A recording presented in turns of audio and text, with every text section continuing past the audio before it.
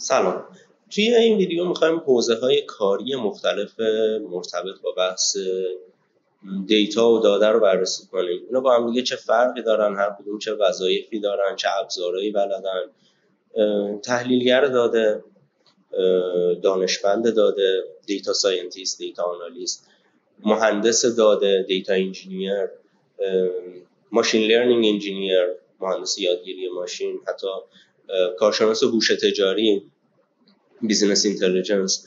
اینا فرقشون با هم دیگه چیه؟ هر کدوم چی کار میکنن؟ چه ابزارهایی باید بلد باشن؟ یه دید خوبی داشته باشیم اگه میخواید وارد این فضا بشید، ببینید کدوم یکی بیشتر برای شما مناسبه، هم برای علایقتون، هم با توجه به توانایی هایی که دارید.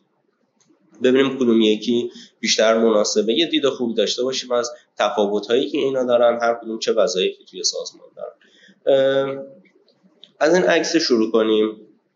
عکسای این شکلی کلا تو اینترنت زیاده. اگه بخواید یه سرچ کنید در مورد تفاوت این حوزه‌ها که اومدن خیلی ساده چند تا حوزه رو در نظر گرفتن و گفتن که هر کدوم از این مشاغل بیشتر به کدوم یکی از این حوزه‌ها باید تسلط داشته باشن.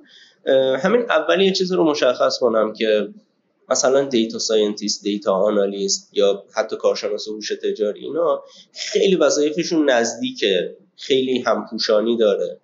اینکه دقیقاً چه کاری باید انجام بدن، چه ابزارهایی باید بلد باشن، اینا بسیار زیاد بستگی به سازمان داره. اینکه توی اون شرکتی که کار میکنید چه انتظاراتی دارن از این عنوان شغلی. ممکنه که یه سری چیزا رو ما الان بگیم که وظایف دیتا انجینیر نیست، اما خب توی یه سازمانی که کوچیکه، واحد دیتای اونقدر بزرگی نداره که چند تا دیتا انجینیر داشته باشه، چند تا دیتا ساینتیست داشته باشه و اون وظایف رو قرار باشه دیتا انجینیر انجام بده. خیلی خیلی بستگی به سازمان داره و تعاریف شاید جای مختلف فرق کنه. حالا ما سعی می‌کنیم تعریف‌های کلی که وجود داره رو، تعریف‌های مشخصی که رسمیش هست رو راجبشون صحبت کنیم، اما فکر نکنید که اگه قرار باشه برید توی یه سازمانی با این عنوان شغلی کار کنید حتما دقیقاً فقط همین‌ها رو نیازه که بلد باشید و نیازه که انجام بدید. ممکنه که نسبت به سازمان فرق کنه. همه جای دنیا هم همینه، نه اینکه بگم تو ایران این شکلیه. حالا تا جایی که ما میدونیم بقیه جای دنیا هم این شکلی هست که این وظایف خیلی نزدیکن و خیلی جاها هم پوشانی دارن. برگردیم سراغ این تصویره. این تصویره از یه جهت خیلی خوبه، 3 تا رکن رو در نظر میگیره. واقعا هم برای کار توی فضای دیتا باید این 3 تا چیز رو بلد باشه. با توجه به پوزیشنتون حالا شاید فرق کنه. اول ریاضیات و آمار، بعد کامپیوتر ساینس، علوم کامپیوتر، و بعد خیلی مهم بیزینس یا دامین اکسپرتیز یا نالج. ریاضیات، کامپیوتر و دانش پایه‌ای از اون حوزه‌ای که توش قرار کار کنید. شما نیازه که یه درک آماری خوبی داشته باشید.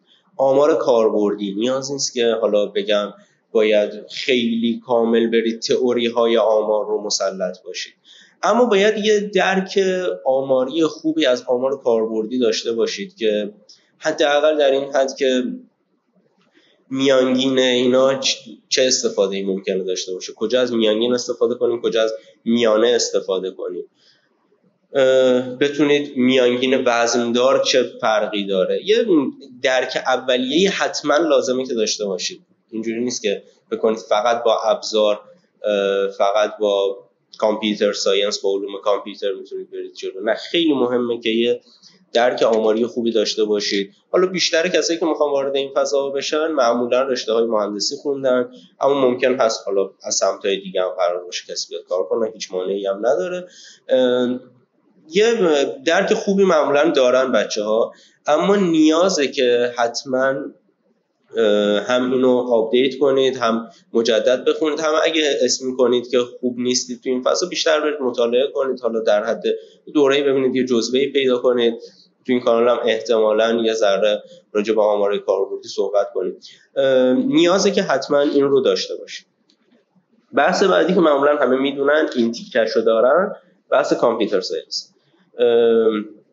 نیازه که حالا بسته به حوزه داره دقیق‌تر میشیم که دیتا آنالیست چقدر لازم مثلا برنامه‌نویسی بلد باشه، دیتا ساینتیست چقدر، دیتا انجینیر چقدر و فرقشون چیه. اما معمولا خب یه ذره لازم شاید برنامه‌نویسی بلد باشید، پایتون یا آر، شاید لازم باشه که استفاده از ابزارهای کامپیوتری رو خوب بلد باشید. اینا همه حالا در حوزه کامپیوتر ساینس قرار میگیرن دیگه.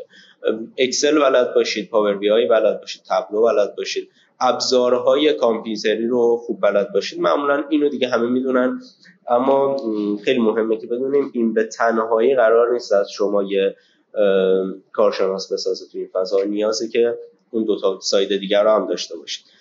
و نکته سوم که خیلی خیلی خیلی کم بهش توجه میشه، بیزینس یا دامین نالج، دانش پایه‌ای اون حوزه خاصی که قراره توش کار کنید.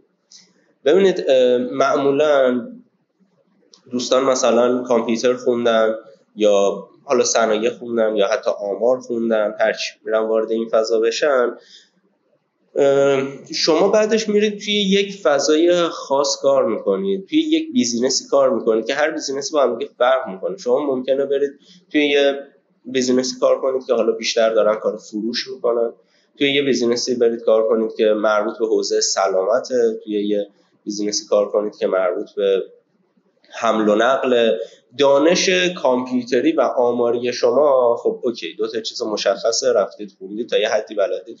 خیلی مهمه برید توی این حوزه خاصا اطلاعات کسب کنید. اولی که یه سازمان قرار برید کار کنید، به صورت تخصصی اون سازمانه رو بشناسید، کار اون اگه توی حوزه سلامته دقیقاً چیه، چی کار دارن میکنن، اونو بشناسید. یا اینکه حتما با اکسپرت ها، با متخصص های اون حوزه حتما ارتباط نزدیک داشته باشید.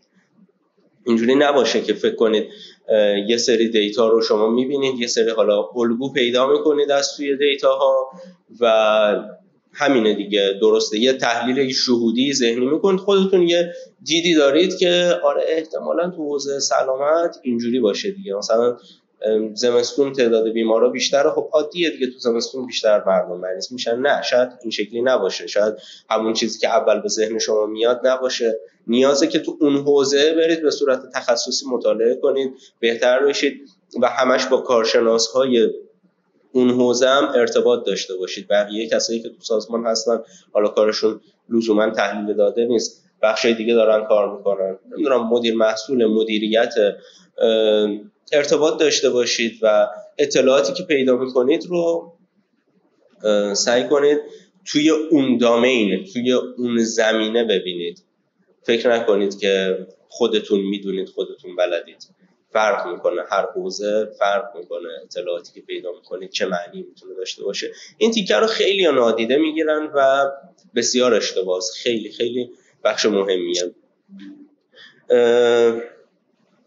خب نگاه کنیم یه کلی ببینیم، حالا گفته هر کدوم از اینا رو با هم دیگه داشته باشیم به چی میرسیم، بعد میریم دقیق‌تر جزئی‌تر هم راجع بهشون صحبت می‌کنیم. گفته دامین نالج و ریاضیات و آمار رو اگه داشته باشیم میشه دیتا آنالیست. اگر کامپیوتر ساینس و آمار و ریاضی رو داشته باشیم میشه ماشین لرنینگ انجینیر. اگه ستای اینا رو داشته باشیم میشه دیتا ساینس. و اگر فقط کامپیوتر و دامین نالج رو داشته باشیم هم حالا گفته تردیشنال سافت‌ور. یکم حالا از همینجا میتونیم یه دیدی داشته باشیم. دیتا آنالیست پس قراره یه دانش ریاضی تا یه حدی داشته باشه و بیشتر بیزینس رو میشناسه و بیشتر توی اون سمتی که یه اطلاعاتی برای بیزینس در بیاره. کامپیوتر ساینس قراره هر ستای اینا رو داشته باشه، خیلی جامع اطلاعات داشته باشه و بتونه از منظرهای مختلف از ابزارها استفاده کنه، بیزینس رو بشناسه، ریاضیات رو بشناسه و بتونه الگو و نتایج در بیاره. و ماشین لرنینگ انجینیر بیزینس رو دیگه کمتر میشناسه. خیلی از دوستان اون که گفتم بیزینس رو نمیشناسن، شبیه ماشین لرنینگ انجینیر اطلاعاتشون، اما خب معمولا فکر میکنن که دارن اطلاعات درست در مورد بیزینس هم میدن، اما خیلی وقتا این اتفاق نمیفته. خیلی وقتا هم میفته، اما خب بهتره که تا میتونید بیشتر در مورد بیزینس هم اطلاعات داشته باشید. حالا ما این عکس خواستم یه دید کلی داده باشیم، حالا بریم جزئی تر راجع به هر کدوم از اینا صحبت کنیم که چیکار میکنه. اول ما مهندس داده رو داریم توی عنوان‌های شغلی مرتبط که اصلا توی این جدول نبود، چون مهندس داده یکم کارش پایه‌ای و زیرساختیه. مهندس داده معمولا چیکار میکنه؟ معمولا قراره که کارهای طراحی انبار داده رو انجام بده، شاید یه مقداری تمیز کردن داده رو انجام بده. با مثال بگم، شما یه سری دیتای فروش دارید، 5-6 سال دیتای فروشتون رو دارید. این از جاهای مختلفی ممکنه جمع شده باشه. شما یه سری دیتا دارید از مشتریهاتون، یه سری دیتا دارید حجم فروشاتون چقدر بوده، کمپین شاید برگزار کرده باشید، دیتاهای بازاریابی داشته باشید. این دیتاها مختلفه.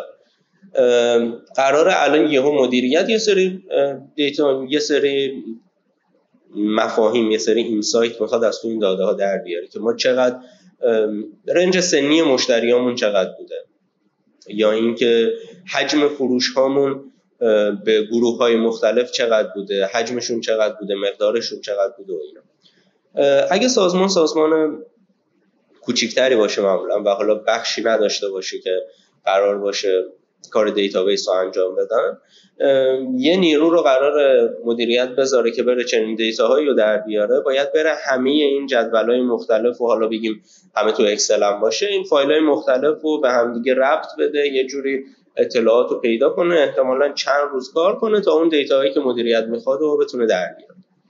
مهندس داده کاری که میکنه اینه که اون انبار داده رو یه جوری ایجاد میکنه و حواسش به اون انبار داده هست که بشه با چند تا کلیک این دیتا ها رو ازش در آورد.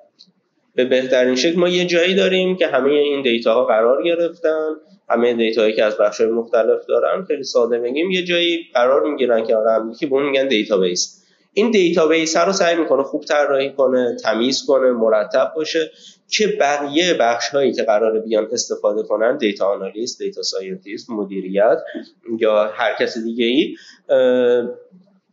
بتونه خیلی سریع به اطلاعاتی که میخواد دسترسی داشته باشه. معمولا دیگه کار خود دیتا انجینیر این نیست که بیاد گزارش تهیه کنه، گزارشی بده به مدیریت، یا اون دیتا رو میخوان به دیتا انجینیر بگن که خب تو برو در بیار اینا رو بگو. معمولا اینطور نیست. اینو گفتم برای اینکه دوباره تاکید کنم بستگی به سازمان داره. حالا شما ممکنه یه جای کوچیکی یه چنین انتظارایی هم از دیتا انجینیر داشته باشن، ولی خب معمولا اینجوری نیست. اصلا دیتا انجینیر قرار نیست خیلی وارد اون فاز پیدا کردن الگوها و گزارش دادن و اینطور چیزا بشه. معمولا قراره یه پایه‌ای رو بسازه که بقیه بخش‌ها ازش استفاده کنن. فازای بعدی که بخوایم بگیم دیتا آنالیست هست.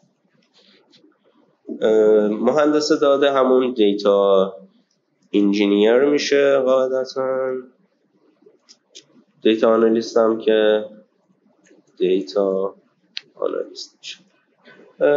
دیتا آنالیست بیشتر قراره که توی اون عکس هم دیدیم دیتا آنالیست شاید حتی خیلی دانش کامپیوتری قوی نداشته باشه، دانش بیزینسی داره و یه مقداری دانش ریاضی که بتونه یه سری تفسیر پیدا کنه. دیتا آنالیست معمولا به مدیریت نزدیک‌تره، به تصمیم گیری نزدیک‌تره. توی سازمان‌های کوچیک هم معمولا یه نفر وجود داره، حالا شاید کارشناس فروش باشه، شاید یعنی عنوانش دیتا آنالیست نباشه، شاید حتی حسابدار باشه، داره از روی یه سری دیتایی که وجود دارن، مثلا دیتاهای فروشی که وجود دارن، نگاه میکنه اینا رو، شاید یه سری ویژوالیزیشن انجام بده، یه سری بصری سازی کنه، یه سری چارت بکشه و یه سری الگو از توشون پیدا میکنه.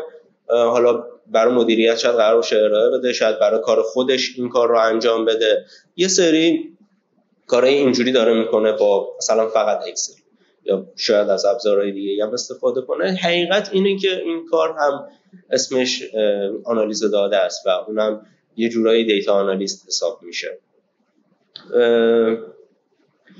دیتا آنالیست معمولا دیتای خام رو میگیره و یه مقداری حالا دیتا رو تمیز میکنه، اگه توشون داده هایی وجود داره که داده های پرت بی ربطه حذفشون میکنه، نویز اگه وجود داره حذف میکنه، ترانسفورم شاید کنه داده ها رو و اینطور کارها، و یک سری تفسیر از توشون در میاره که حالا معمولا بعد از این کارا ویژوالیزیشن میکنه، بصری سازی میکنه، تحلیل‌های آماری میکنه، یه ذره مدل شاید بزنه روشون، میانگین و اینا رو نگاه میکنه، روی داده‌های مختلف هستی به جنس داده داره، یه ذره دانش ریاضی قاطی میکنه با اون علمی که از اون بیزینس داره، معمولا بیزینس رو باید خوب بشناسه و یه سری تفسیر ارائه میکنه که چرا مثلا این روندها رو داریم تو داده ها میبینیم، علتش چیه، چیکار کنیم که این بهتر بشه و اینطور چیزها.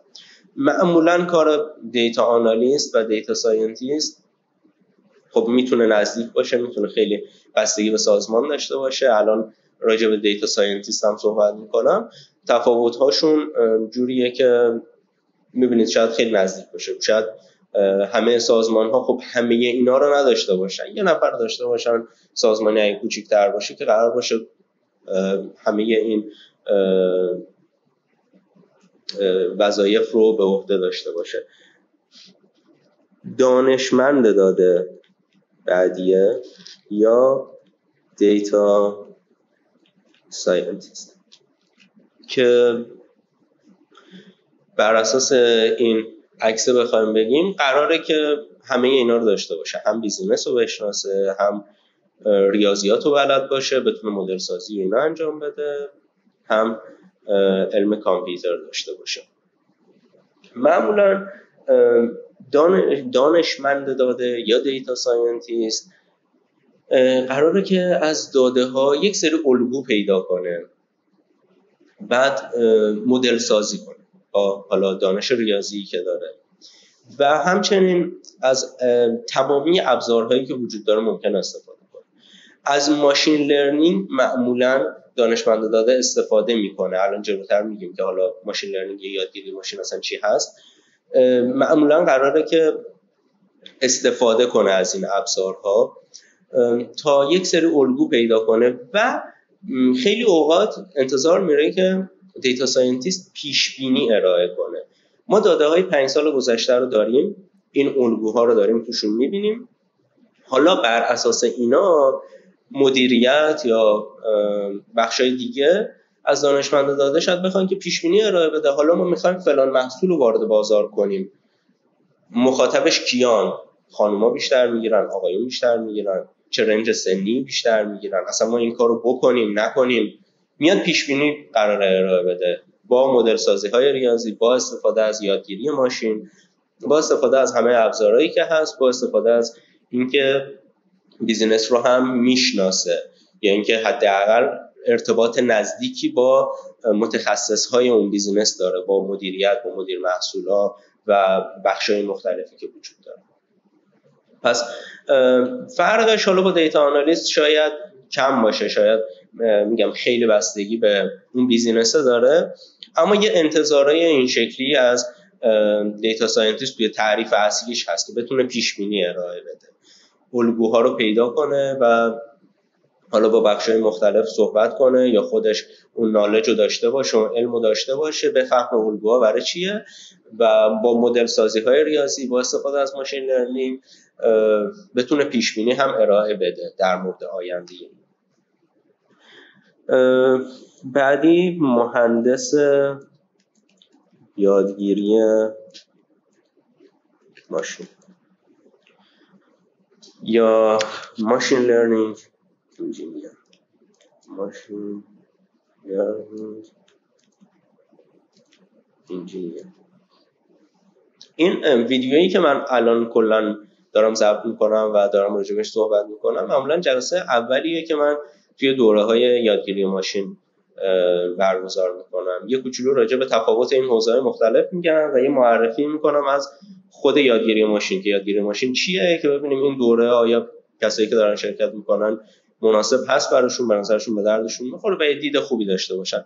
اما برای یوتیوب خب تصمیم گرفتم که این دوتا رو جدا کنم، یه ویدیو الان ضبط کنم فقط این تفاوت و اوضاع مختلف رو توضیح بدم و بعدش یه ویدیو دیگه میگیرم و خود یادگیری ماشین رو معرفی میکنم، چون حالا شاید بعضیا فقط همین که بخوام به دردشون بخوره یه ذره عمومی تره. اینو گفتم که بگم توی یه ویدیو دیگه کلی راجع به این که ماشین لرنینگ کلا چی هست صحبت میکنم با جزئیات بیشتر. اما الان خیلی خلاصه بخوایم بگیم یادگیری ماشین، خب همونجوری که از اسمش معلومه با یه سری الگوریتم‌های ریاضی ما سعی میکنیم به ماشین یاد بدیم که بتونه تصمیم گیری کنه، بتونه پیش بینی ارائه کنه. معمولا خب یه سری الگوریتم‌های ریاضی وجود داره، ما دیتاهای گذشته رو داریم و بر اساس اونها قراره که ماشین بیاد و یاد بگیره، پیش بینی کنه.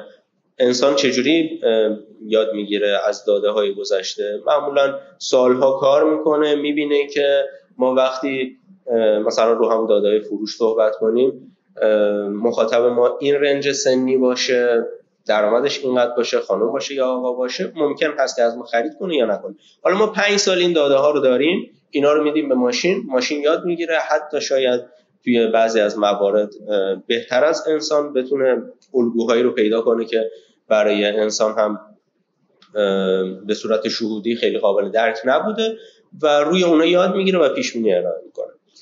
اگه داده های ما از این جنس باشه که الان گفتم، یه سری ستون مشخص باشه و یه پیش بینی مشخصی باشه، یا با یه مثال دیگه بگم مثلا داده های حوزه سلامت باشه، میگیم که یه جدولی رو ذخیره کردیم، سن بیمار چقدره، فشار خونش چقدره، قندش چقدره، خانم یا آقاست و این آدم آیا دیابت داره یا نداره، یه سری حالا اطلاعات دیگه هم وجود داره.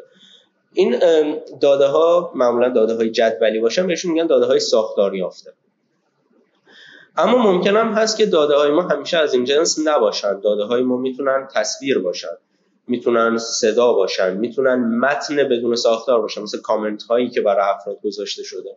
به اینا خب میگن داده های بدون ساختار. از اینها میشه اطلاعاتی استخراج کرد. معمولا برای استفاده کردن، برای درآوردن داده از این جنس دیتاهای بدون ساختاری، ما میریم درگیر مدل های دیپ لرنینگ میشیم یا یادگیری عمیق. دیپ لرنینگ یه چیزی جدا از ماشین لرنینگ نیست. دیپ لرنینگ یا یادگیری عمیق زیر مجموعه یادگیری ماشینه، ولی خب نوع الگوریتم‌هاش اینا شاید یه مقداری فرق کنه. یه دید کلی گفتم حالا بدیم راجع به یادگیری ماشین. حالا مهندس یادگیری ماشین یا ماشین لرنینگ انجینیر کارش چیه؟ همونجوری که گفتم یادگیری ماشین یه ابزاریه که دیتا ساینتیست هم ازش قراره استفاده کنه برای پیش بینی کردن. اما اگه جایی به صورت خاص مهندس یادگیری ماشین میخواد، معمولاً برای داده‌های ساختار یافته نیست. معمولاً جاهایی هستن که حالا شرکتایی هستن که یه ذره بزرگترن، معمولشو دارم میگم دیگه، ممکنه که اینطوری هم نباشه، ولی یه نفر رو نمیگیرم به عنوان مهندس یادگیری ماشین که بیاد روی اون داده‌های ساختار یافته فقط مدل بزنه. بیشتر کسایی رو میخوان که روی داده‌های بدون ساختار کار کنن. چرا این میاد؟ روی داده‌های بدون ساختار بیان کار کنن، از تصاویر، از کامنت ها بخوان از NLP استفاده کنن، Natural Language Processing یا پردازش زبان طبیعی، که بیاد از متن‌های بدون ساختار الگو در بیاره. معمولاً اگر جای کارشناس یادگیری ماشین میخوان استخدام کنن برای اینطور چیزهایی معمولش دیگه. حالا یه بحث دیگه هم داریم، کارشناس هوش تجاری، که اونم گفتم شاید بد نباشه اینجا راجع بهش صحبت کنیم، یا بیزینس اینتلیجنس یا BI، کارشناس BI میگم بهش. کارشناس BI قراره که بیشتر گزارش بده، میاد معمولاً یک سری داشبوردهای مدیریتی درست میکنه.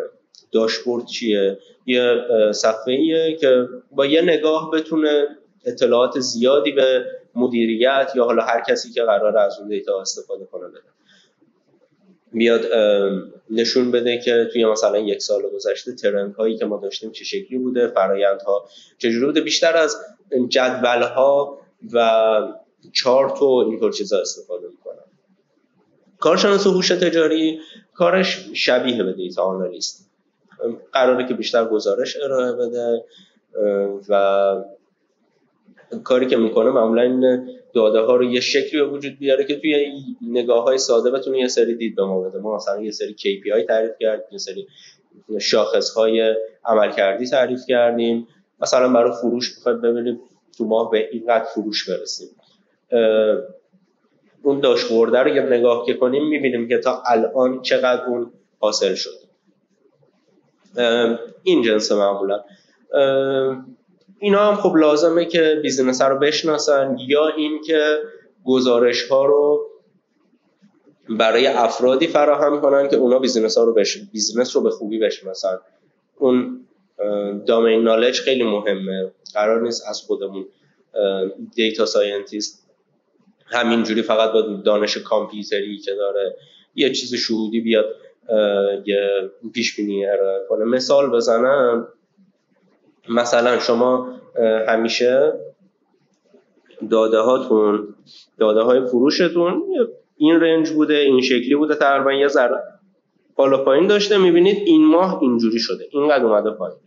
بعد الان شما قراره که بیاید بدون دامین نالج، بدون اینکه اطلاعاتی داشته باشید از اون بیزینسه، بیاید و این نموداره رو مثلا تفسیر کنید.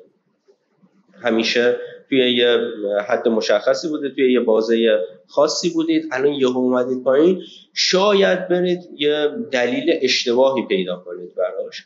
اما با یه متخصص که صحبت کنید شاید خیلی ساده باشه، بگید آقا این ماه مثلا فروردین، ما هر سال فروردین فروشمون پایین تره، علتش هم اینه، به فلان دلیل ما توی فروردین فروشمون پایین تره به خاطر تعطیلات و اینا.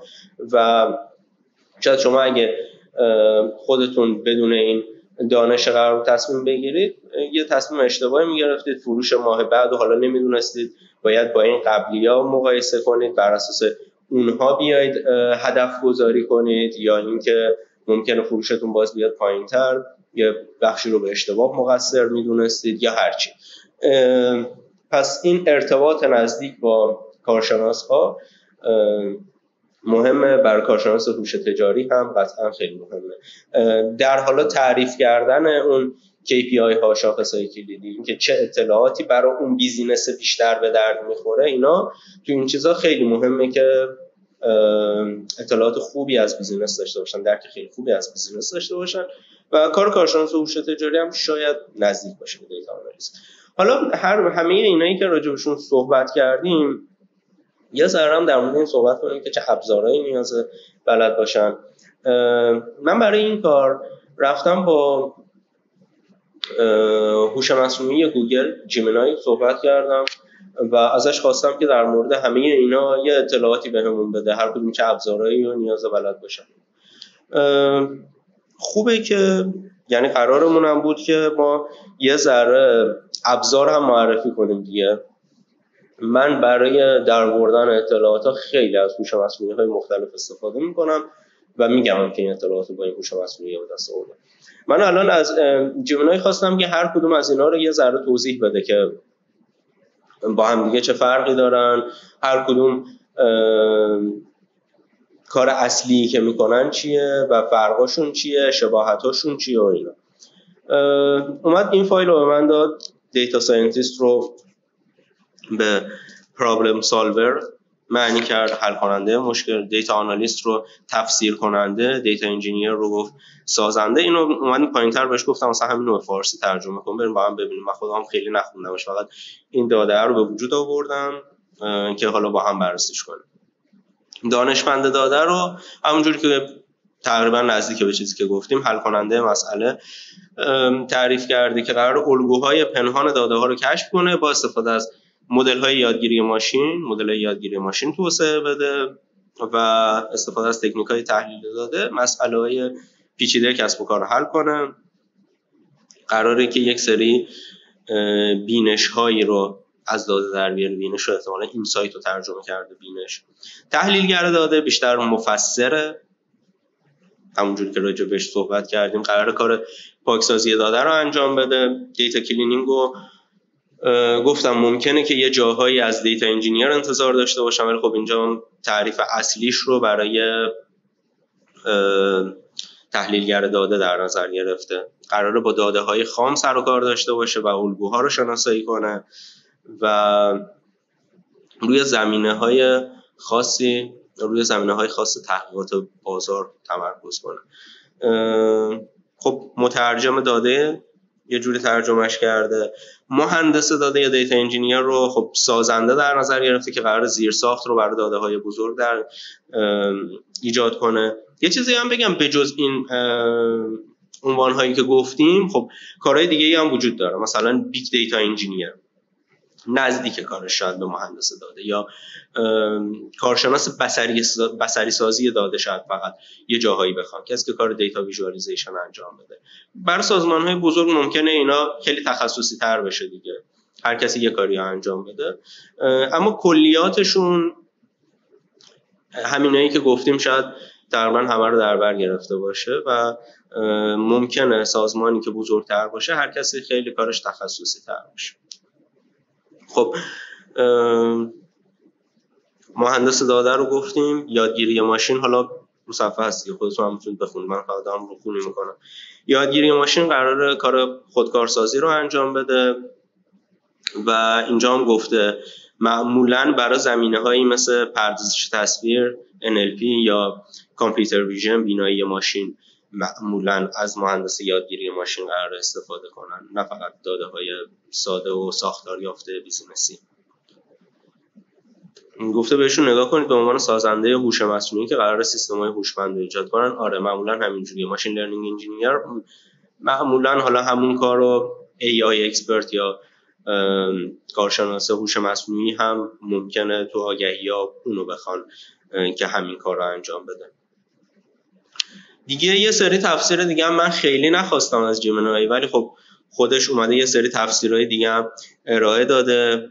گفته علم داده رو به عنوان یه چت رو مثلا در نظر بگیریم که همه نقشا رو در بر میگیره.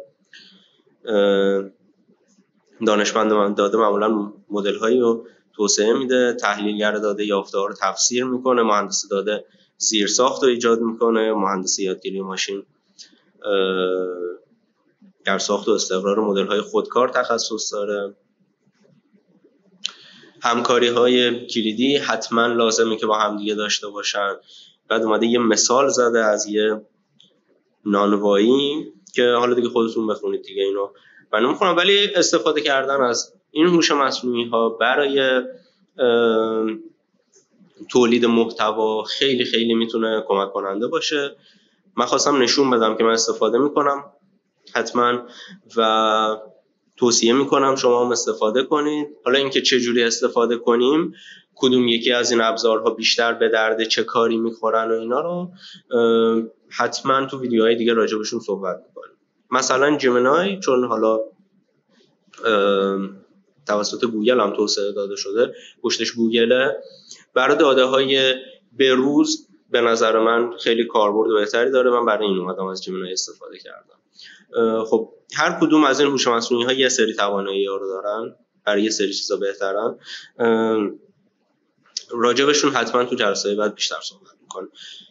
بعد یه جدولم به من داده بود بالاتر، اینو هم بهش گفتم حالا فارسی کنیم پایین، اینو هم داشته باشیم.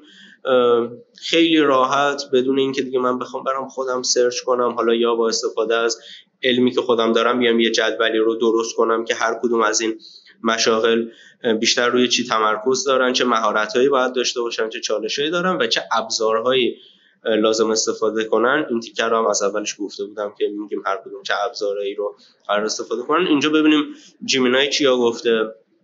دانشمند داده تمرکزش روی کشف الگوهاست، صحبت کردیم دیگه. مهارتاش خب باید آمار بلد باشه، یادگیری ماشین بلد باشه، برنامه‌نویسی بلد باشه، تا یه حدی مدیریت داده بلد باشه. ممکنه اینم باز بستگی به سازمان و اینا داره، اما انتظار میره که دیتا ساینتیست یه مقداری با کار دیتا انجینیر هم آشنا باشه، SQL بلد باشه، این انتظارا میره. ابزارها خب اینجا خیلی همه چی رو نوشته، اما قطعا بستگی سازمان داره.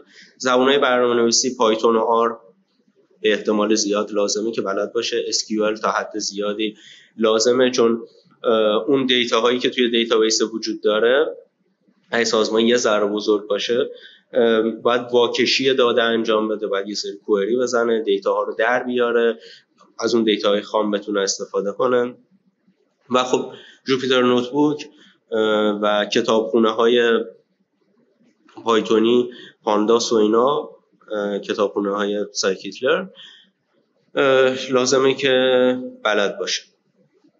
چالش هاش همگام بودن با فناوری ها و امنیت داده.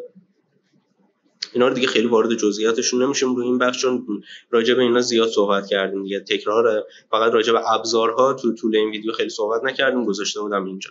تحلیلگر داده، خب اینجا نوشته شامل مثلا شغل تحلیلگر تحقیقات بازار، کار مارکت ریسرچ انجام بده، پاکسازی داده رو قرار انجام بده، دیتا کلینینگ انجام بده. ابزارهایی که باید بلد باشه SQL رو، اینم بسته به اندازه سازمان نیازه که بلد باشه. اگه سازمان دیتاش زیاده از SQL استفاده میکنه. خب اکسل احتمالاً باید بلد باشه، چون گفتیم قراره که تفسیر ارائه بده، بصری سازی داده رو انجام بده، گزارش معمولاً قراره ارائه بده. و ابزارهای که برای هوش تجاری هستند، پاور بی آی و تابلو و اینطور چیزها رو هم اینجا گفته و لازم هم هست معمولاً که بلد باشه. مهندس داده یه ذره جداست، معمولاً ابزارهای انبار داده ETL، SSIS و اینطور چیزها رو نیازه که بلد باشه. خیلی قرار نیست گزارش بده. SQL باید بلد باشه. و مهندس یادگیری ماشین که حالا شامل مهندس NLP و بینایی ماشین و اینا هم بشه.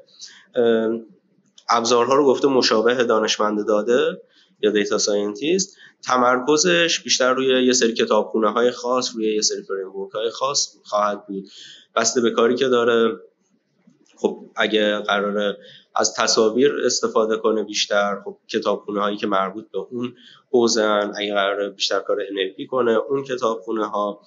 و بیشتر خب ابزارش پایتونه، ممکنه چیزهای دیگه هم باشه. خب توی این جلسه پس سعی کردیم یه معرفی خوبی داشته باشیم، از یه معرفی کاملی تقریبا از فضاهای مختلفی که وجود دارن مرتبطن با دیتا و داده، فرقشون با هم دیگه چیه. سعی کردیم بشناسیم و تفاوت‌ها، نزدیکیشون، چجوری باید با هم دیگه ارتباط داشته باشن رو تا حد خوبی شناختیم. کاملا دیتا انجینیر دیتا رو آماده میکنه، دیتا ساینتیست و دیتا آنالیست روش حالا الگو پیدا میکنن، تفسیر میکنن و گزارش معمولا دیتا آنالیست قراره ارائه کنه. دیتا آنالیست یا حالا کارشناس هوش تجاری یه سری گزارش آماده میکنن، کارشناس هوش تجاری به صورت خاص یه سری داشبورد آماده میکنه که مدیریت بقیه بخش‌ها بتونن از این استفاده کنن. امیدوارم که این جلسه به دردتون خورده باشه. اگه نظری، پیشنهادی، انتقادی دارید کلا بگید. در مورد این ویدیو هم اگه شما هم نظری دارید، توی سازمان‌های مختلف دیدید تفاوت‌هایی که دارن با هم دیگه چه شکلیه، بنویسید بیشتر آشنا بشیم، ببینیم که جاهای مختلف چه انتظارایی از کارشناسای هر کدوم از این حوزه‌ها دارن. توی جلسات بعد حالا دیگه بیشتر وارد هر کدوم از اینا میشیم و آشنا میشیم با هر کدوم. امیدوارم که یه دید خوبی گرفته باشید. اگه قراره که تصمیم دارید وارد این حوزه‌ها بشید، کدوم یکی برای شما بیشتر مناسبه، طبع علایقتون، اگه بیشتر دوست دارید خب به مدیریت نزدیک باشید، تفسیر کنید، از داده ها الگو در بیارید، کدوم یکیه صحبت کردیم، کدوم به دردتون میخوره. اگه توانایی هاتون بیشتر به سمت پایگاه داده است، خب احتمالاً دیتا انجینیر شاید بیشتر مناسب شما باشه. اگه بیشتر روی حوزه‌های ماشین لرنینگ مسلطید، کدوم یکی بیشتر به دردتون می‌خوره. سعی کردیم یه دید خوبی ارائه کنیم، امیدوارم به دردتون خورده باشه و بدونید که در ادامه مسیر اگه میخواید روی یه دونه بیشتر متمرکز بشید برای شما مناسب‌تر کدومه. ممنونم که کانال رو دنبال میکنید و بیشتر ممنونم که اگه فکر میکنید به درد کسی دیگه هم میخوره بهش معرفی میکنید.